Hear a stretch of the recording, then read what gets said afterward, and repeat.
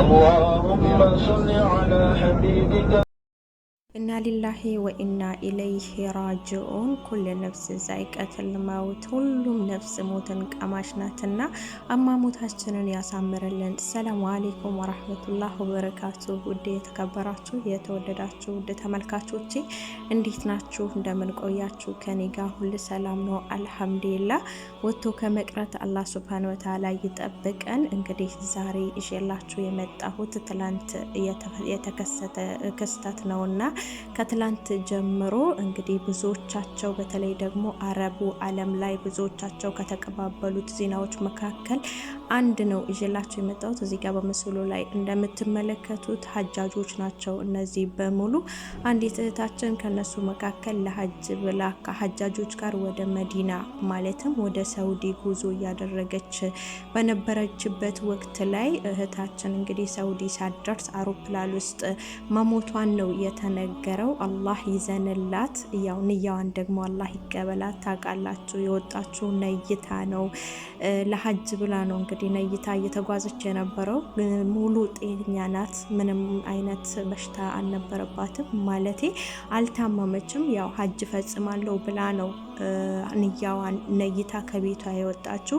ይቺም እህታችን ደግሞ የኢንዶኔዥያ ዜጋ ናትና ኢንዶኔዥያዎች ናቸው እንግዲህ ታውቃላችሁ። ነይታን የወጣችው ከቤቷ ኸይር ነገር አስባን የወጣችው። ሀጅን አከናውናለሁ እኔ ላይ ያው የቻለ ሰው ሀጅ ይወጀብበታል አይደለ? አቅም የቻለ ሰው። ስለዚህ ያንን አቅም ይችላልና ሀጅን አከናውናለሁ ብላ ከቤቷ ነይታ ወጣ። ግን ደግሞ ሳውዲም ሳትደርስ ደግሞ ያው ህይወቷ አልፏል። አላህ ይርሐማት፣ አላህ ይዘንላት፣ ከደጋግ ባሪያዎቹ ጋር ያደርጋት። እንግዲህ ለዚህም ክብሯ ተብሎ የሰሃቦች መቃብር ቦታ ላይ በሆነው በቂ እንድትቀበርም ሆኗል ማለት ነው። ማሻአላህ አላህ ሱብሃነሁ ወተዓላ ይሄንንም ወፍቋታል። አላህ ይዘንላት፣ አላህ የሀጁን ንያዋን ይቀበላት። ታውቃላችሁ ሀጅ ላይ ሆናችሁ ወይም ደግሞ ኡምራ ላይ ነይታችሁ የኡምራ ልብስ ለብሳችሁ ሀጅ ላይ ነይታችሁ ወጣችሁ ከአላህ ፊት መገናኘት ምን ያህል መታደል ነው። እንግዲህ ለበይክ አላሁማ መለበይክ እያላችሁ አይደለም ጀምሩት ንያስ የምታረጉት። የዛኔም ደግሞ ከአላህ ፊት ስትገናኙ ለበይክ አላሁማ ለበይክ ስትሉ ነው የምትቀሰቀሱት ተብሏልና አላህ ሱብሃነሁ ወተዓላ አሟሟታችንን ያሳምርልን። እህታችን ከቤቷ ስትወጣ ሞታለው ብላ አይደለም የወጣችሁ። ሀጄን አከናውኜ ሀጄን ጨርሼ ወደ ቤተሰቦቼ ወደ ሀገሬ እመለሳለሁ ብላ ነበረ ከቤት የወጣችሁ። ግን ወተን ምን እንደሚገጥመን አይታወቅም። አላህ ፊት በምን አይነት ሁኔታ እንደምንገናኝ አይታወቅም። እቺ ንያዋን አሳምራ አላህ ያዘዛትን ትእዛዟን ለማክበር ለመፈጸም ከሀገሯ ወጥታለች። እኛስ እስኪ እኛ ራሳችንን እንፈትሽ ውዶችዬ፣ እስኪ ራሳችንን እንፈትሽ። ሀቂቀተን እኛ ምን ላይ ሆነን ነው አላህ ፊት የምንገናኘው? በእርግጥ ሞት ቀን ቀጠሮ የለውም አይደለ? በየትኛውም ሰዓት ሊመጣ ይችላል። ወይ ውጭ ወጥተን ቤታችን ሆነን አይታወቅም። እኛ ባላሰብነው ባላቀድነው ባልተዘጋጀንበት ጊዜ ላይ መለኩል ሞት ሊመጣ ይችላል። ካላህ ፊት ልንገናኝ እንችላለን። ግን ምን እያደረግን ያለ ነው? ምንስ ምናቀደው? ምንስ ምንሰራው? ወላይ ሀቂቀተን ራሴን ራሱ የፈተሽኩበት ነው። ታውቃላችሁ እኔ ነገ ሟች ነኝ፣ ነገ የሆነ ነገር ሆናለሁ ምንም አልልም። በቃ የማስበው ሌላ ነገር ነው። ታውቃላችሁ ይሄንን ሰርቼ ያንን ሰርቼ እንደዚህ አድርጌ እንደዛ አድርጌ ሀገሬ ገብቼ በቃ የማላስበው ነገር የለምና እንደዚህ አይነት ደግሞ እንደዚህ ወጥተው የሚቀሩ ሰዎችን አላህ ፊት የሚገናኙ ሰዎችን ሳይ ራሴን ሁሌም እጠይቃለሁ። ግን ደግሞ የሚገርማችሁ ነገር ትንሽ ቆይቼ ደግሞ ረሳዋለሁ። ለምንድን ነው እንደዚህ የምጨናነቀው? በቃ ሀገር ምገባ እንደሆነ ማልገባ እንደሆነ በምን ይታወቃል?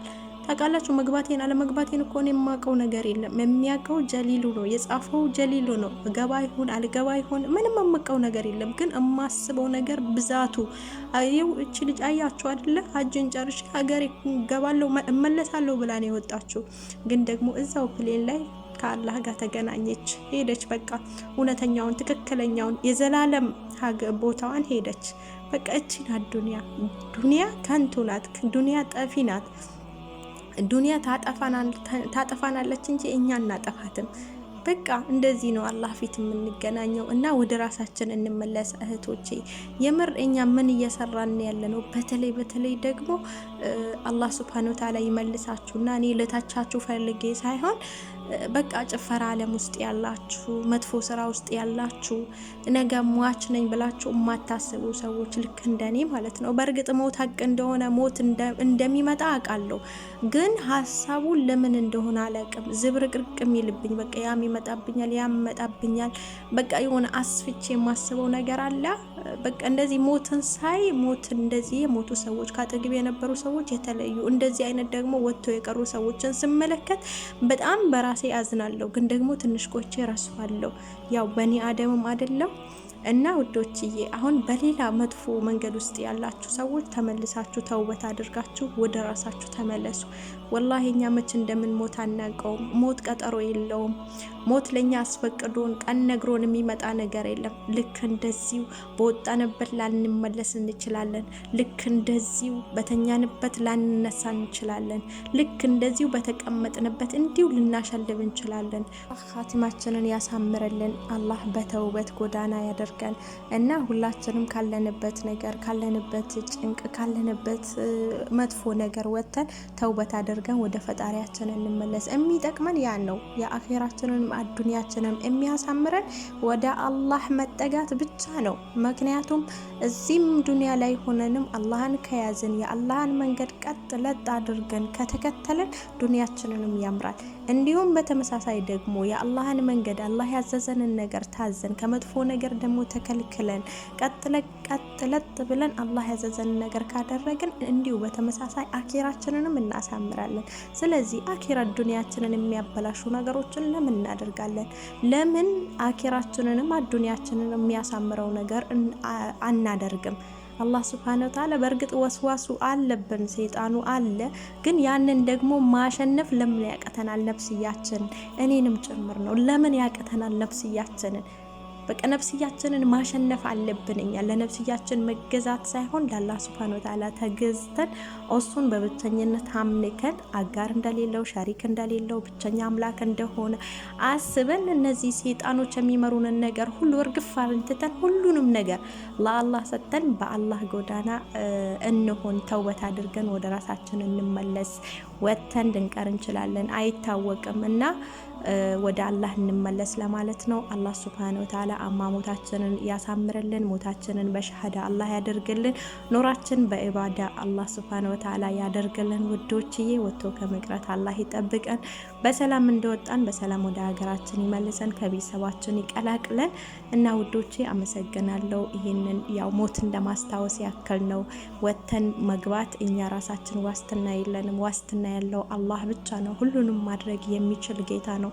የኛ ገፉር ረሂም አዛኝ ነው። ሩህሩህ ነውና ይዘንልን። እኛ ደካማ ነን፣ አንችልም፣ ምንም ነገር አንችልም እና አላህ ልቦናችንንም ደግሞ እሱን የምንገዛበት እሱን ጥርት አድርገን የምንገዛበትን ልብ ይስጠን። ከሰይጣኖችን ደግሞ አላህ ያርቀልን።